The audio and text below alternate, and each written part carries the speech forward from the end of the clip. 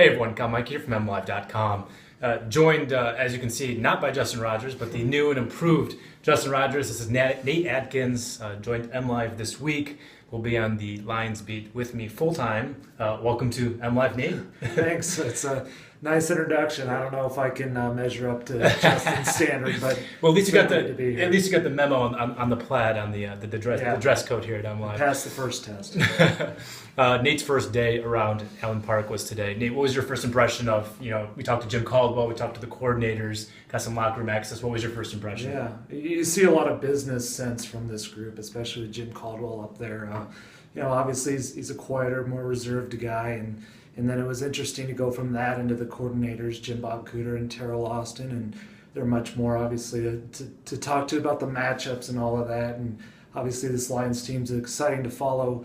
Even from an outside perspective, I'm excited to be here because how every single game matters, and it feels like every single one's going to come down to the final minute. So the matchups really do matter at this point. Nate has previously covered the Chicago Bears, so he's very familiar with the NFC North. How did today maybe compare to what you experienced covering the Bears? Yeah, it's still feeling it out early here, but I mean the Bears were an interesting team in the sense they had a lot of guys that always felt like they needed to prove something. There was a decent amount of chippiness there, and I mean that in a pretty good way. As a lot of guys that were really, really fighters over there, and over here, I'm still feeling it out a little bit. But you see a confident bunch that really seems engaged in where they are right now, and it's hard to blame them coming off the bye week being in first place. Yeah, well, they're in first place. They're coming off the bye. They're getting healthy.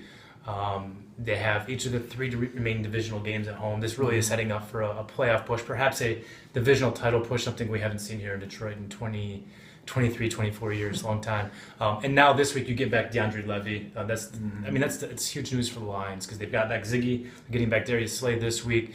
And you get Levy, that I think fortifies your biggest weakness on this team. I mean, the offense is playing well. You got a clutch quarterback.